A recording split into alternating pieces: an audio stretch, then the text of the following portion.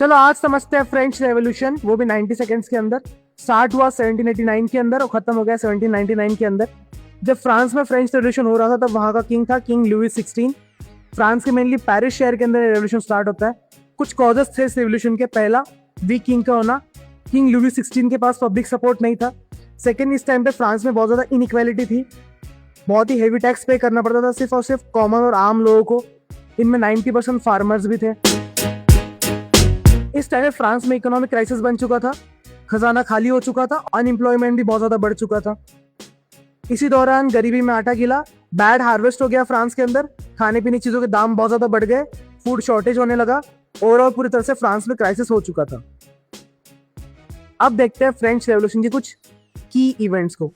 मई 1789 के अंदर national assembly form होती है फ्रांस के अंदर, जिससे कुछ महीनों बाद ही जुलाई 14 1789 को गुस्साई भीड़ बैस्टेल की जेल पर अटैक कर देती है और फ्रांस में शुरू हो जाता है आर्म्स रेवोल्यूशन। जिसके 2 साल बाद 1791 के अंदर फर्स्ट रूल बुक लिखी गई फ्रांस के लिए। राजा अभी भी रहा पर उसकी पावर को लिमिट कर दिया गया, जिसे करीब 1.5 ईयर के बाद सितंबर 1792 को अंदर मोनार्की पूरी तरह से फॉल हो जाती है फ्रांस में और फ्रांस एक रिपब्लिक नेशन बन जाता है।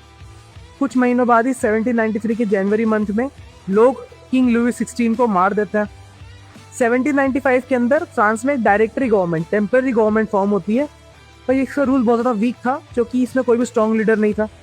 1799 के अंदर नेपोलियन आ जाता है और सारी पावर को अपने हाथ में ले लेता है। इस तरह फ्रेंच रेवोल्यूशन एंड हो जाता है और रिपब्लिक बना फ्रांस फिर से एक मोनार्क कंट्री बन जाता है। वैसे तो फ्रेंच रेवोल्यूशन एक फेल्ड रेवोल्यूशन था, पर इसके बावजूद फ्रेंच रेवोल्यूशन दुनिया भर को बहुत सारे आइडल्स दिए। दुनिया भर में अब बात होने लगी लिबर्टी की, इक्वालिटी की, फ्रीडम की बात होने लगी, इक्वल जस्टिस की, इक्वल राइट्स की बात होने लगी। मोनार्की का एंड हुआ, लोगों को ये बात पता चली कि वो राजा को हटा सकता है और रिपब्लिक बन सकता है। नेशनलिज्म का राइज हुआ, डेमोक्रेसी की बात शुरू हो गई।